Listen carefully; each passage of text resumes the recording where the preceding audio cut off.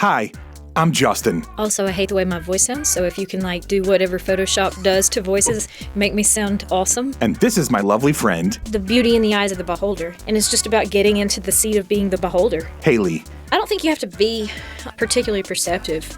I just think you have to look up. This podcast is mostly just her telling me stories. If you expose yourself to the possibility that this might be really awkward, there can be something just really cool on the other side of it. She thinks that her life and way of looking at things are Oh, I was kind of waiting on you. I thought you were getting your stuff ready. You're waiting on me? pretty normal. You got to edit out all the misinformation about the Amish. Maybe you can relate. I would like a chance to re-sing the Amish Paradise. If you want lighthearted stories All right, you want to talk about goats? and stream of consciousness, I just woke up and needed some friends, and so I bought them. then you're gonna like the Sunny Side Up podcast. Sunny side up, sunny side up, sunny side up, sunny side up.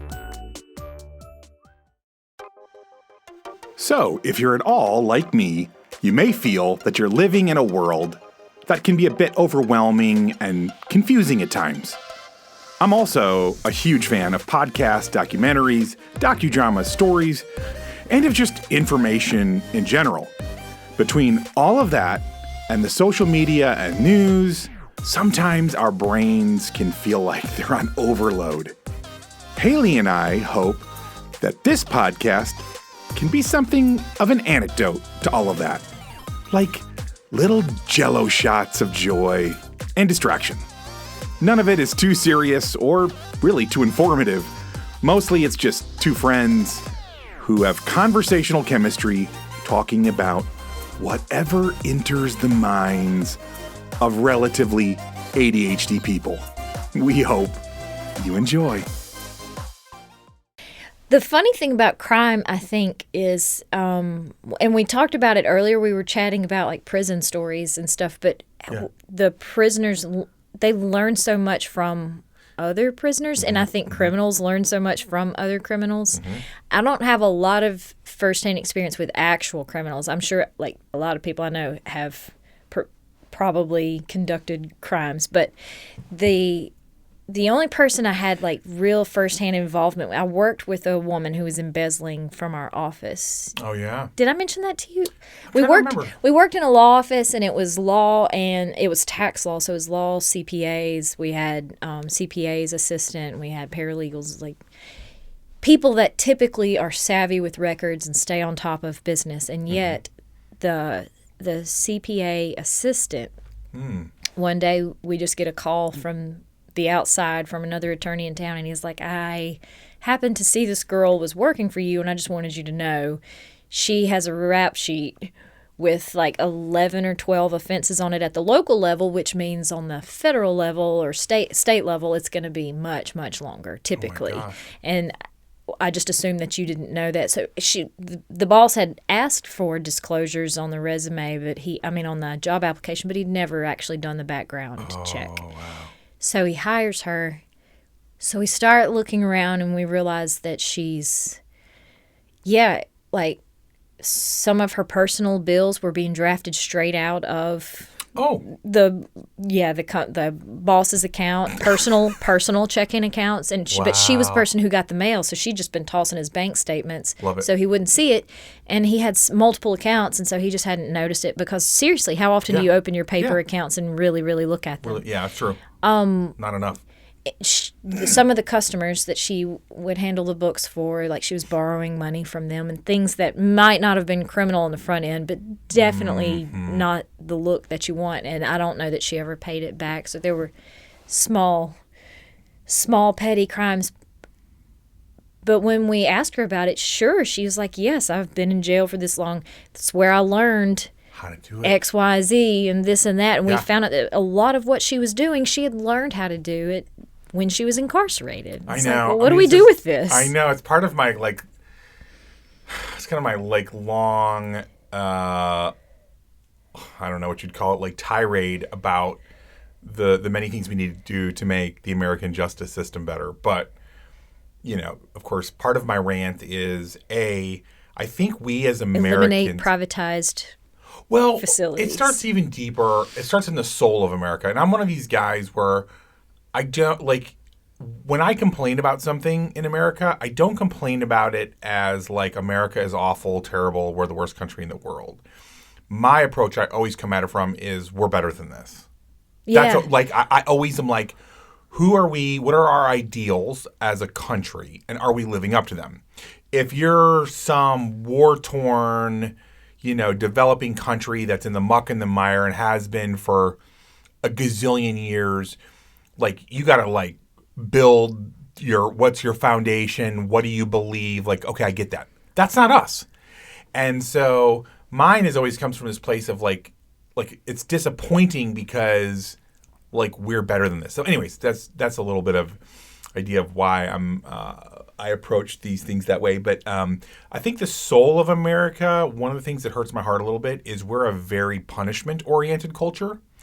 And this gets into like Christian theology, but and I won't go down the rabbit trail boring everybody with my sort of nerdy view of the Bible, but like really short story long, I think that we are in a new covenant, and in very, very simple terms, it's like you either choose to be under a covenant of grace or you choose to be under a covenant of law, which is old covenant. And I think what we do in the West and have done for many hundreds or even thousands of years since Jesus is we have mixed law and grace. And it's sort of a mindset difference, if nothing else. And so, anyways, most of us that have grown up in Christianity or around Christianity have been taught some sort of mixture of those two. And a law mindset is all about punishment. It's like if you do wrong, you get punished, right? So I think there's this underlying obsession with us as Americans. We are obsessed with punishing, i.e., we have more incarcerated people in this country than in any other country in the world. And I'd have to look up the statistics to get it exactly right, but it's like, countries with way more people than us, and then per capita, any which way you cut it, Yeah. we're just like we're the most. Like I don't know. we are number one in the world. Are we ahead of El Salvador? I think so. There was an article about maybe El it's where Salvador's prison system this week. They're trying to develop a new facility to lock up all their gangs, and it would house like. Right, I did see that. Yeah. So maybe it's like maybe we're the most out of all developed nations, whatever it is. But I think it's not good. Whatever we are number one. It's not. We don't want to be not number in the one. categories you want to be Not in. the category we want to be number one in. So part of that just goes to like our idea of punishment. We're obsessed with punishment. And anyway, so in the bazillion things that could be made better in our system, I think would be one of helping people. Basically treating a prisoner like a future neighbor, which is how, I can't remember if it's Finland or one of the countries that I've paid a little bit of attention to in the past, where American, what are the people that run prisons called? Warden? Like a warden, yeah. I've heard a couple of podcasts where different wardens and colonels or whatever in running large American prisons have gone over, and I wish I could remember if it's Finland. If it's not, I apologize, but it's one of those countries over there. In my very limited American geographical understanding, all of those kind of Nordic countries blend to me, so I can't remember. But whichever one it is, it's so radically different. The prisoners, when they close the door locks from their side.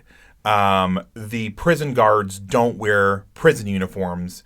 They actually only have a small insignia or a pin or something they wear that designates that they're a guard. They do not talk down to the prisoners.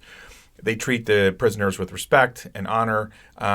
Things like knives are in the kitchen. So when you go to prepare your meal in a fully stocked kitchen, you have real knives. They treat them like human beings. And their recidivism rate is a third of what the U.S.'s recidivism rate is.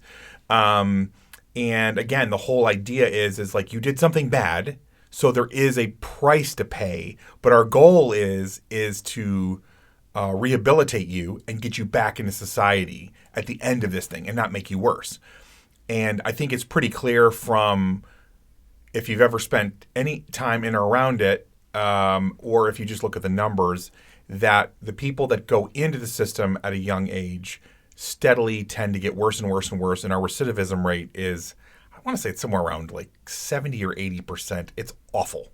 Like we're not making them better. And to your point, a couple of criminals who are particularly good at their craft, you stick them in a pod for weeks, months, or years on end with people. They just teach you how to be a better criminal, right? Especially if you're not getting positive input. So anyways, the whole thing is really unhealthy and not helpful. It didn't seem to be helpful to her. It did not seem to make her a restored or rehabilitated neighbor. No. She just learned some new tricks. I did hear from her after that. A few years later, I got a call from her and I answered it, and she was so tearful, and she said she was going through a program. I'm guessing it was AA, and she was supposed to call all of the people that she had wronged. And so I kind of braced myself because I was like, oh goodness, she's about to, apologize for all of this.